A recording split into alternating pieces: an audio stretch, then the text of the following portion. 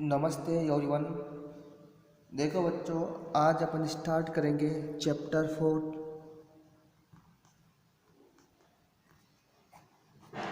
जिसका नाम होगा मेराइन हैबिटेट।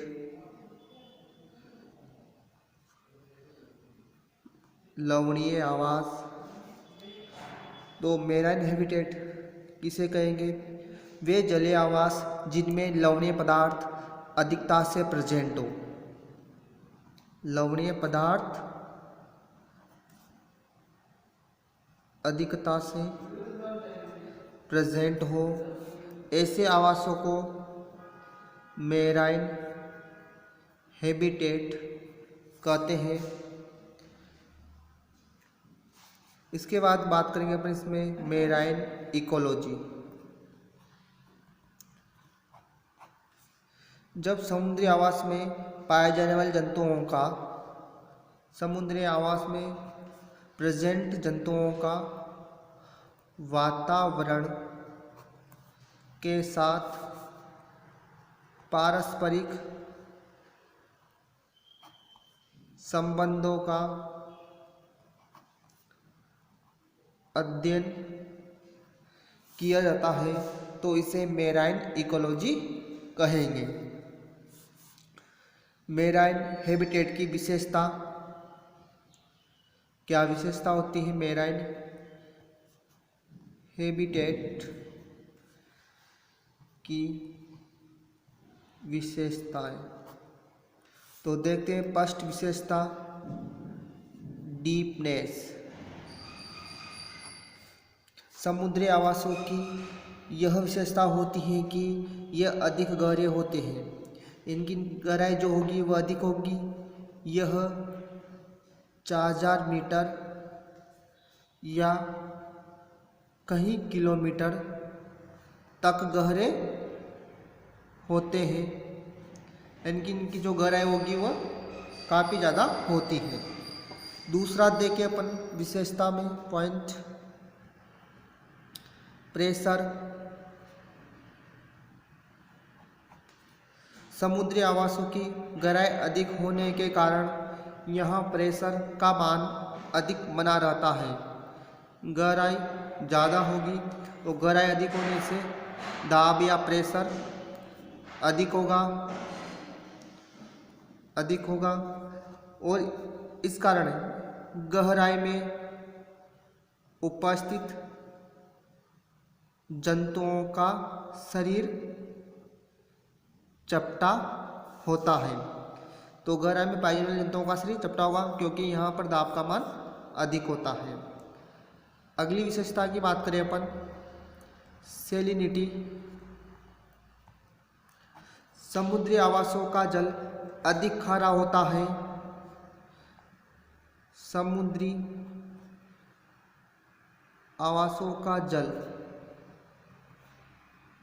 अधिक खारा होगा और वैज्ञानिकों के अनुसार ये लवणता का मान 3 से 8% होता है, यानी 3 से 8% लवणता पाई जाती है।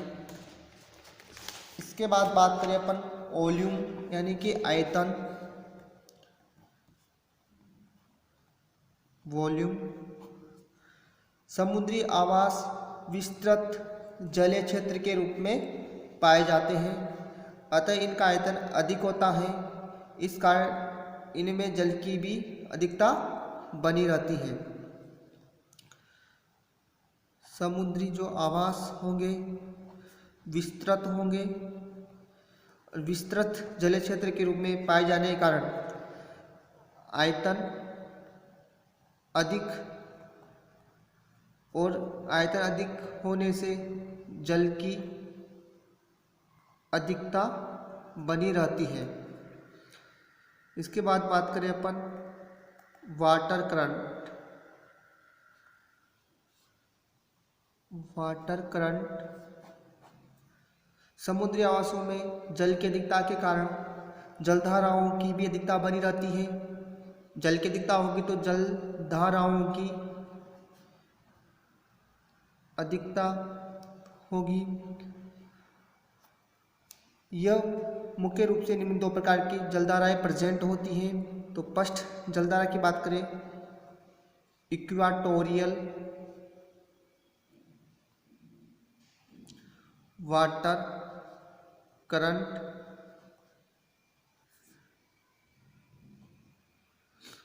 वे जलधाराएं जो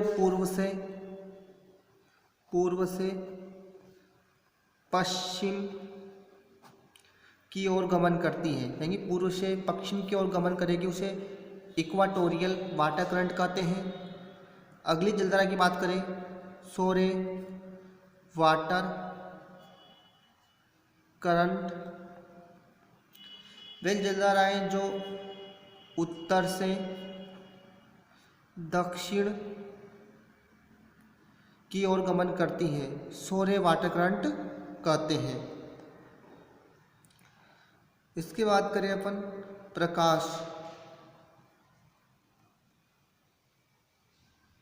प्रकाश इन आवासों की गहराई अधिक होने के कारण यहाँ प्रकाश में भी विविधता बनी रहती है और प्रकाश के आधार पर इन क्षेत्रों को 3 भागों में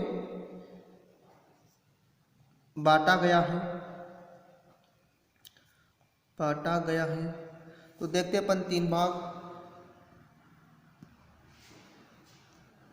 फर्स्ट होगा यूफोटिक,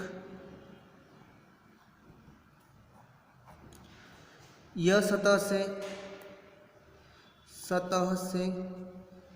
80 मीटर की गहराई तक पाए जाने वाला अधिक प्रकाश युक्त भाग होता है। दूसरे भाग की बात करें अपन डिस्फोटिक, यह यूफोटिक के पश्चात 80 मीटर से लेकर 200 मीटर की गहराई तक पाया जाने वाला सामान्य प्रकाश युक्त क्षेत्र होता है। जो यहाँ प्रकाश होगा वो सामान्य प्रकाश होगा। इसकी डिस्फोटिक 80 से लेकर 200 मीटर की गहराई तक पाया जाता है और प्रकाश का मान सामान्य बना रहता है। इसके बाद बात करें अपन एफोटिक, यह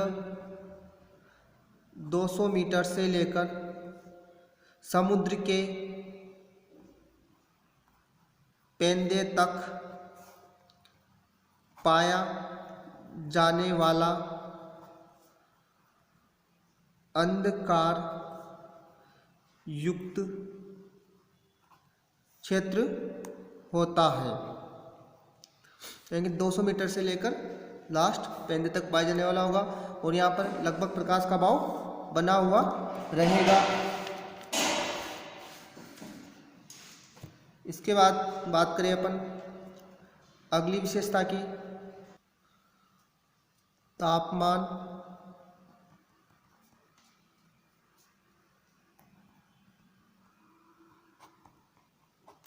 समुद्री आवासों की विशेषता होती है कि यहाँ तापमान में विविधता पाई जाएगी।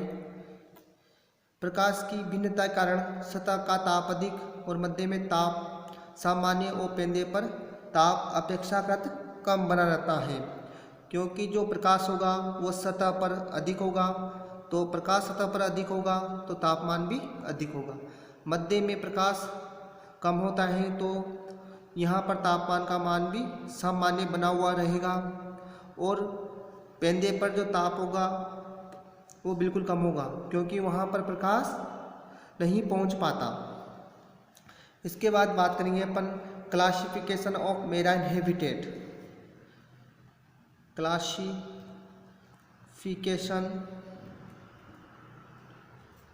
Of marine habitat.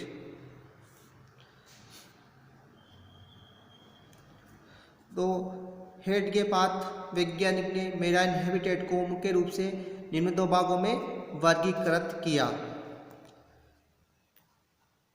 Head J path वैज्ञानिक ने मेराइन हैबिटेट को 2 भागों में डिवाइड किया तो देखते अपन दो भाग, एक होगा पेलेजिक रीजन, दूसरा होगा बेंथिक रीजन। पेलेजिक रीजन को दो भागों में बांटा गया, नेरिटिक जोन, दूसरा होगा ओशिनिक जोन। बेंथिक रीजन को भी दो भागों में बांटा, लिटोरल जोन, दूसरा होगा डीप सी जोन। तो सबसे पहले बात करेंगे अपन पेलेजिक रीजन की। तो देखते अपन पेलेजिक रीजन, तो ध्यान रखना आप, मेराइन हैबिटेट को दो भागों में बांटा, पेलेजिक रीजन और बेंथिक रीजन। पेलेजिक रीजन को भी दो भागों में, नेरिटिक जोन, ओशनिक जोन, और बेंथिक रीजन को दो भागों में, लिटोरल जोन और डीप सी जोन। तो बात करें अपन फर्स्ट पेलेजिक रीजन, समुद्री तट से क्षैतिज रूप से दिखाई देने वाला खुला जलीय क्षेत्र, यानी कि समुद्री तट से क्षैतिज रूप से दिखाई देने वाला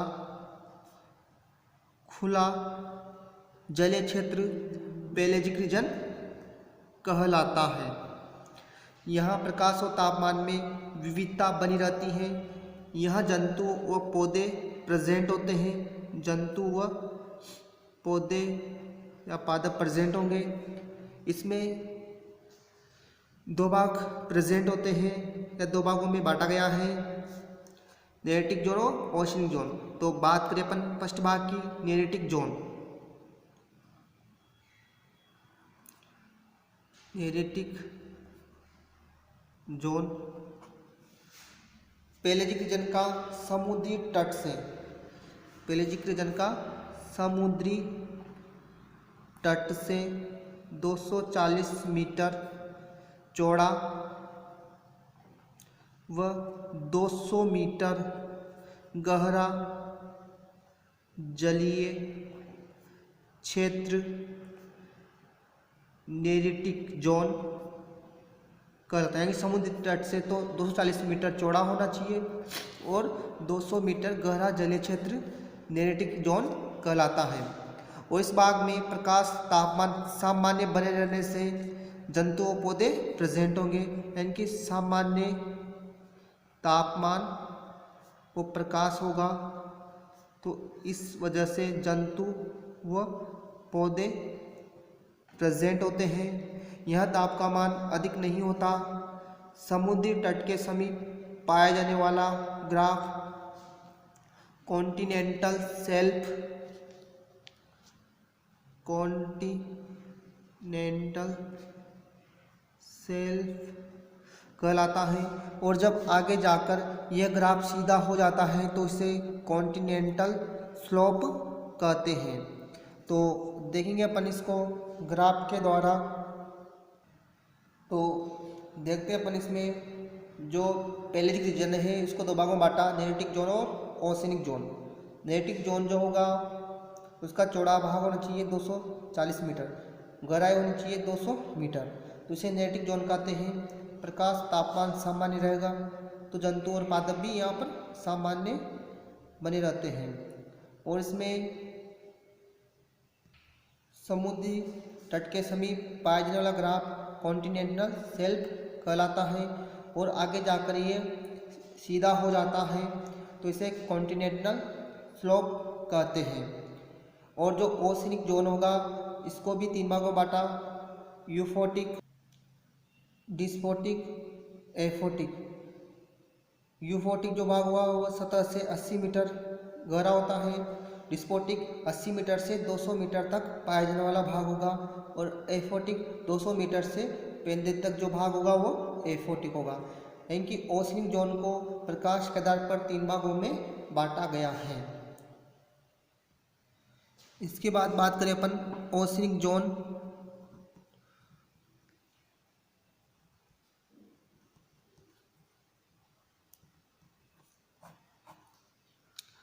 पेलेजिक रीजन में नेरेटिक जोन के पश्चात पाया जाने वाला अधिक विस्तृत, चौड़ा, गहरा जलीय क्षेत्र ओशिनिक जोन कहलाता है। इन आवासों की गहराई अधिक तथा यहाँ दाब का मान भी अधिक होता है। गहराई अधिक होगी, गहराई अधिक होने से दाब अधिक बना रहता है। प्रकाश व तापमान में विविधता बनी रहती है और प्रकाश के आधार पर इसको 3 भागों में बांटा, जो भी अपन ने देखा डायग्राम के माध्यम से। देखते अपन 3 भाग कौन कौन से थे। फर्स्ट देखा था अपन ने यूफोटिक, दूसरा देखा अपन ने डिस्फोटिक, तीसरा था एफोटिक। तो यूफोटिक जो भाग था वह 80 मीटर की यानी समुद्र सतह से लेकर 80 मीटर की गहराई तक पाया जाने वाला तीव्र प्रकाश युक्त भाग था, यानी सबसे ज़्यादा प्रकाश अधिकता यूफोटिक भाग में देखने को मिलती है। डिस्फोटिक 80 मीटर से 200 मीटर की गहराई तक पाया जाने वाला सामान्य प्रकाश युक्त क्षेत्र था। यहाँ पर प्रकाश का जो मान होगा वह सामान्य बना हुआ रहेगा।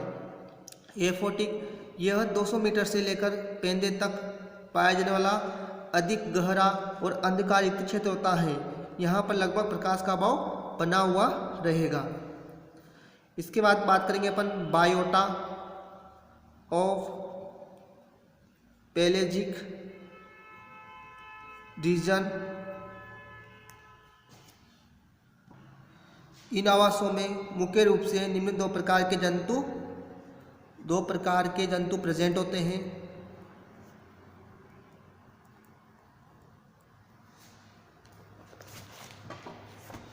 फर्स्ट देखिए अपन प्लैंकटन जंतु। प्लैंकटन जंतु वे जंतु जिनमें गमन अंग एब्सेंट किंतु तैरने की क्षमता प्रेजेंट होती है। इनके अंदर गमन अंग एब्सेंट होंगे लेकिन इनमें तैरने की क्षमता प्रेजेंट होती है। इन्हें प्लवक जंतु कहते हैं। प्लवक जंतु कहते हैं। तो बात करें अपन टाइप्स ऑफ प्लैंकटन। 2 प्रकार के होते हैं प्लैंकटन। फर्स्ट देखिए अपन मैक्रो प्लैंकटन। वे प्लवक जिनके शरीर का आकार बड़ा होता है, यानी कि मैक्रो शब्द हमेशा बड़े के लिए यूज करते हैं। तो इनके शरीर का आकार बड़ा होगा। इसमें एग्जाम्पल देखिए अपन ओरेलिया, फाइसेलिया। इसके बाद बात करेंगे अपन माइक्रो प्लैंकटन। माइक्रो शब्द छोटे के लिए, तो इनके शरीर का जो आकार होगा वो छोटा होगा। इसमें एग्जाम्पल देखेंगे अपन एल्गी।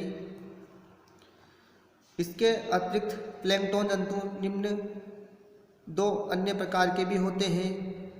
तो 2 अन्य प्रकार की बात करें अपन तो फर्स्ट प्रकार होगा फाइटोप्लैंकटन। वे प्लवक जो प्लांट्स के समान होते हैं, प्लांट्स के समान, जैसे शैवाल। जूप्लैंक्टन वे प्लवक जो जंतुओं के समान होते हैं।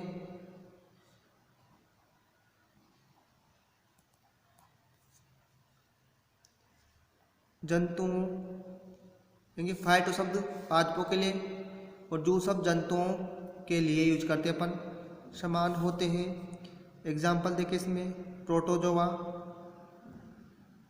सिलेंटेटा, इनके कुछ सदस्य दर्शाते हैं। प्लेटिहेल्मिन्थीज, के सदस्य। इसके बाद बात करेंगे अपन प्लैंकटन जंतुओं के अनुकूलन की, कि इनके अंदर कौन कौन से अनुकूलन पाए जाएंगे। प्लैंकटन जंतुओं के अनुकूलन।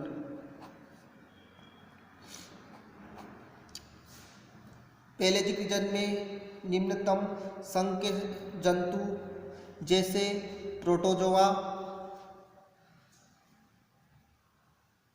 पेलेजिक जो रीजन होगा इस रीजन में निम्नतम संघ के जंतु जैसे कि प्रोटोजोआ, सिलेंटेटा, प्लेटी, हेलमिंथीज के सदस्य होते हैं, के सदस्य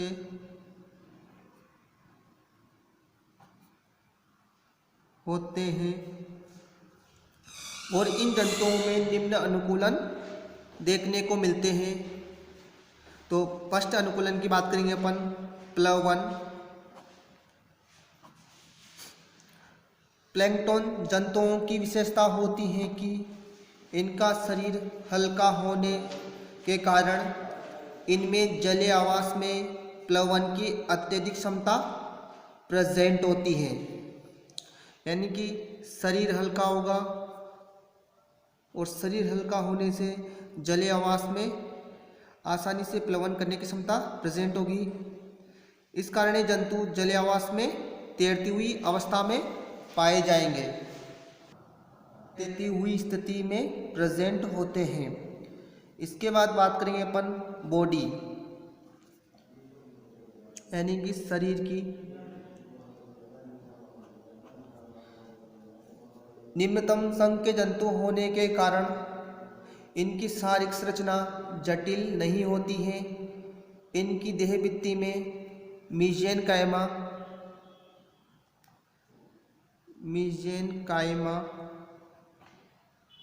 जेली समान द्रव भी प्रेजेंट होने से शरीर हल्का बना रहता है, जिससे यह जलीय आवास में तैरती हुई स्थिति में पाए जाते हैं। इसके बाद बात करेंगे अपन संवेदी अंग की उपस्थिति। इन जंतुओं में प्रकाशग्राही,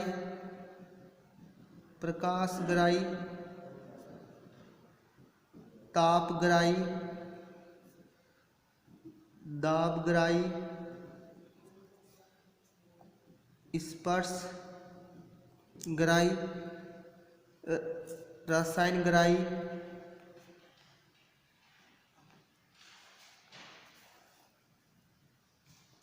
इत्यादि अंग सुविकसित रूप में प्रेजेंट होने के कारण ये जंतु गहरे समुद्री जलीय आवास में भी सुरक्षित बने रहते हैं। इनके आधार पर ही यह भोजन की प्राप्ति, आवास, शत्रु से सुरक्षा इत्यादि कार्य करते हैं। अगला देखेंगे अपन गमन अंग व टेल का बाहु।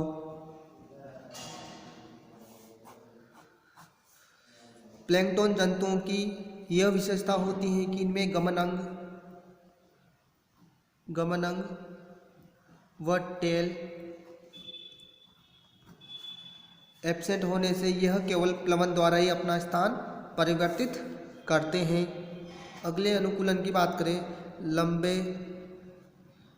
स्पर्शकों की उपस्थिति। अधिकांश प्लैंकटन जंतु जैसे ऑरेलिया, पाइसेलिया में स्पर्शक प्रेजेंट होते हैं। पाइसेलिया में लंबे व कुंडलित स्पर्शक प्रेजेंट होते हैं, जिनका उपयोग वे जंतु शिकार को पकड़ने व शत्रु से सुरक्षा के लिए करते हैं। इनमें दंश सेल्स भी पाई जाती हैं, जिनका उपयोग शत्रु से सुरक्षा के लिए किया जाता है, यानी कि शत्रुओं से बचने के लिए इन कोशिकाओं को काम में लिया जाएगा। अगला अनुकूलन देखिए अपन, कैल्शियम रहित कंकाल। इन जंतुओं का अंतःकंकाल कैल्शियम रहित संरचनाओं से मिलकर बना होता है। कैल्शियम रहित संरचनाओं से मिलकर बना होता है। इस कारण शरीर हल्का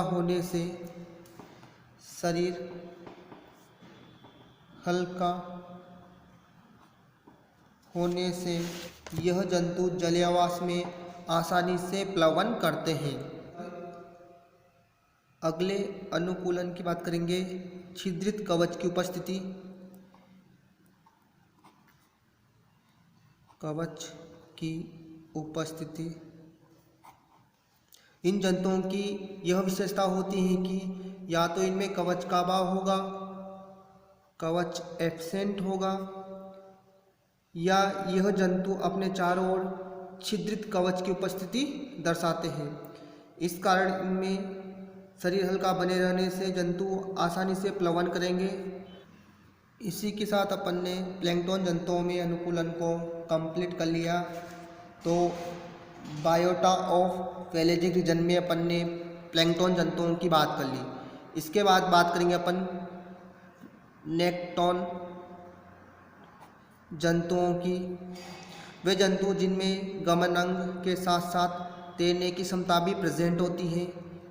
गमन अंग प्रेजेंट होंगे और गमन अंग प्रेजेंट होने के साथ साथ तैरने की क्षमता उपस्थित होती हैं। तो नेक्टोन जंतुओं के एग्जाम्पल फिश, स्नेक, केचुए, कुछ मॉलस्क, इकाइनोडर्म्स,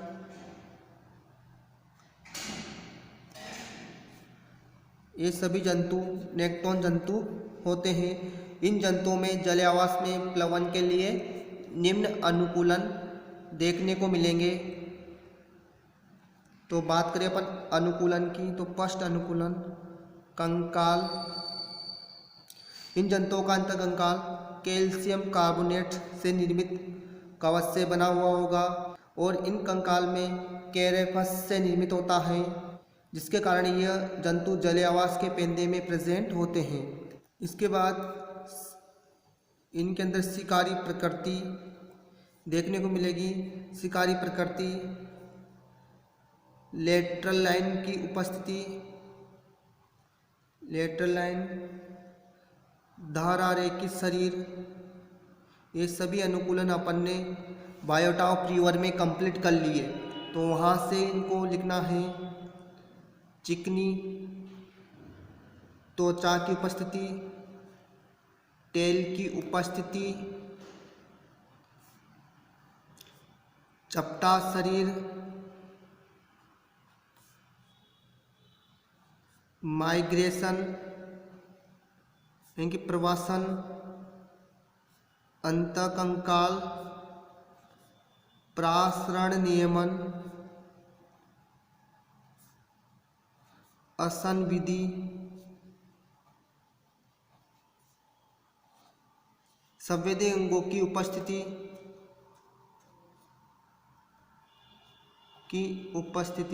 तो इन सभी जो अनुकूलन है यह बायोटा ऑफ रिवर से कंप्लीट करना है। तो इसी के साथ अपन ने मेराइन हैबिटेट में पेलेजिक रीजन को कंप्लीट कर लिया। पेलेजिक रीजन को दो भागों में बांटा, नेरेटिक जोन और ओशिनिक जोन। तो दोनों जोन्स को अपन ने कंप्लीट कर लिया। इसके बाद अपन नेक्स्ट लेक्चर के अंदर बेंथिक रीजन की बात करेंगे और बेंथिक रीजन में इसको भी दो भागों में बांटा, लिटोरल जोन और डीप-सी जोन।